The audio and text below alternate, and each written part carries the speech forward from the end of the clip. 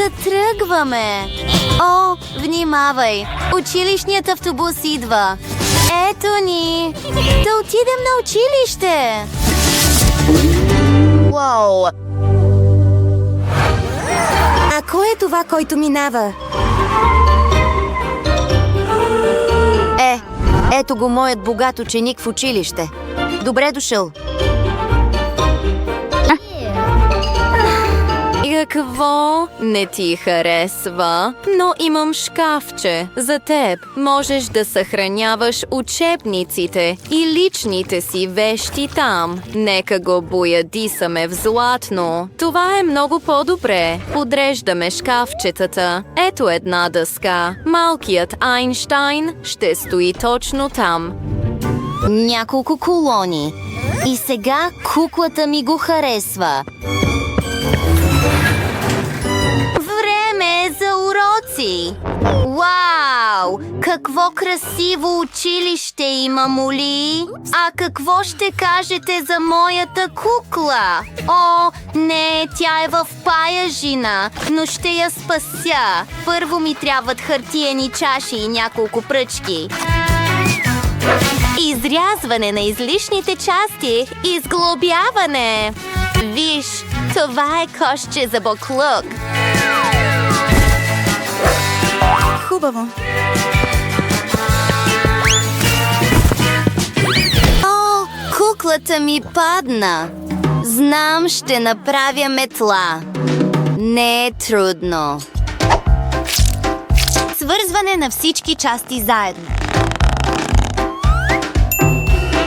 Прорабой. А сега да започнем с почистването. Изхвърлям го. Готово. О, какво е това? Твоето шкафче. Знам какво да направя. Имам куфър под леглото си. Да видим какво имаме тук. Различни опаковки и пакети. Опаковка от паста за зъби. Чудесно! Слагам розова хартия върху него.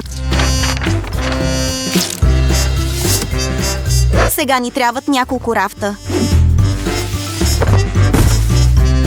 Декорирам отвън. Ще използвам стикери. Получи се много сладък шкаф.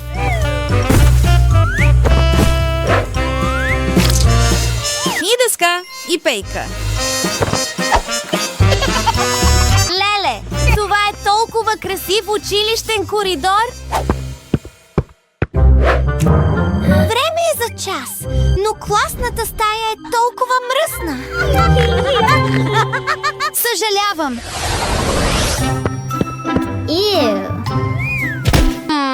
Ще измисля нещо сега.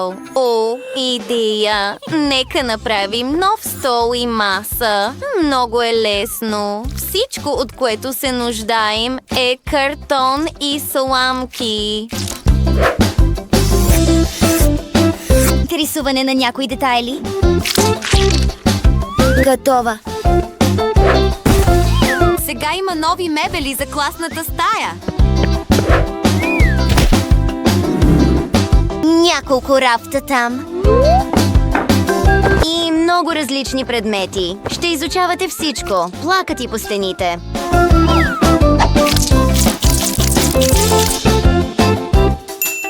О, ето го учителят. Тя ти даде трудна задача. Имаш нужда от време да помислиш? И аз. О, знам. Опа! Знам. Моята кукла се нуждае от калкулатор. Ето, сега можеш да правиш математика. Ура, тя даде правилния отговор. Страхотно! Толкова съм щастлива за теб. Поздравления! Голяма работа. Часовете на куклата ми са скучни и тази гласна стая също. Това няма да стане. Хайде да украсим стаята с плакати. Аквариум с паяк. Това е час по биологии. Сега моята кукла е много по-заинтересована от ученето. О, знам какво да направя за Моли. Вземам конци и правя възли.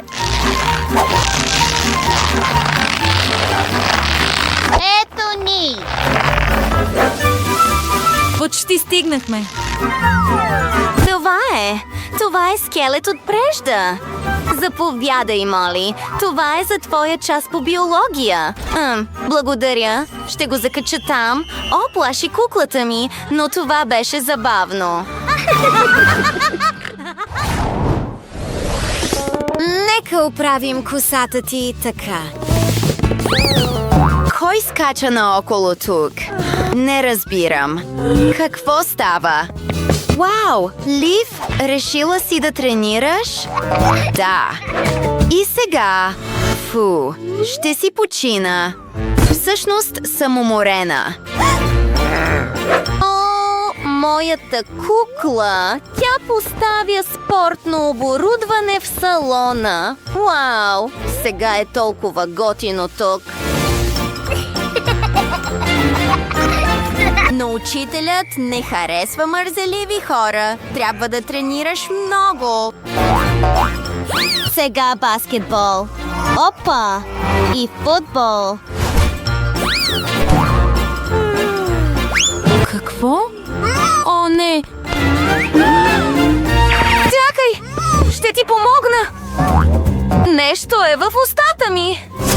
О, получи се! Ура! Куклата ми е толкова щастлива! Благодаря, Моли! Страхотно! Вау! Тя има цял стадион! Това е наистина готино! Знам. Хрумна ми идея да направя стадион на тази улица. Упражненията на открито са много по-здравословни. Моята кукла играе баскетбол професионално.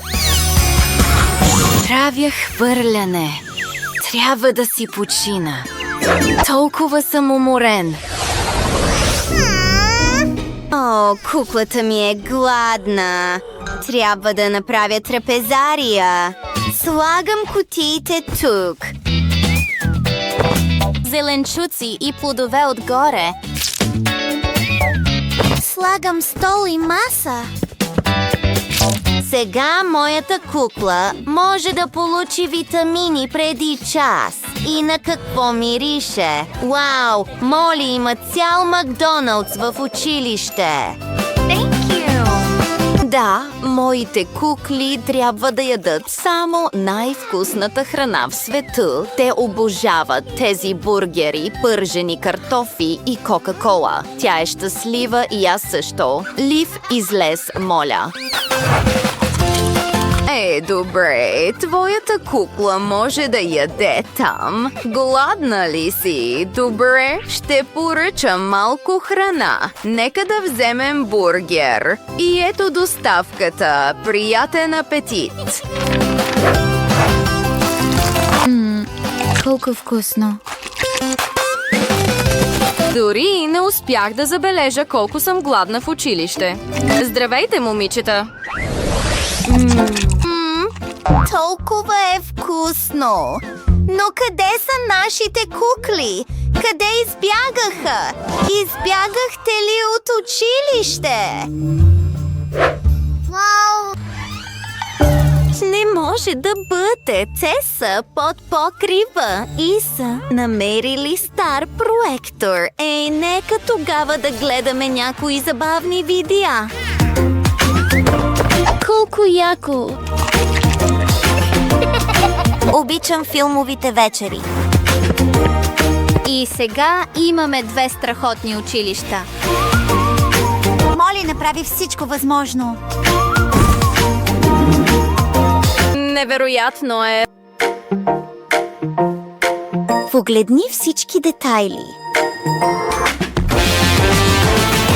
Напишете в коментарите кое училище ви харесва най-много. А моето училище също се получи страхотно. Толкова е светло и просто на места. Страхотно.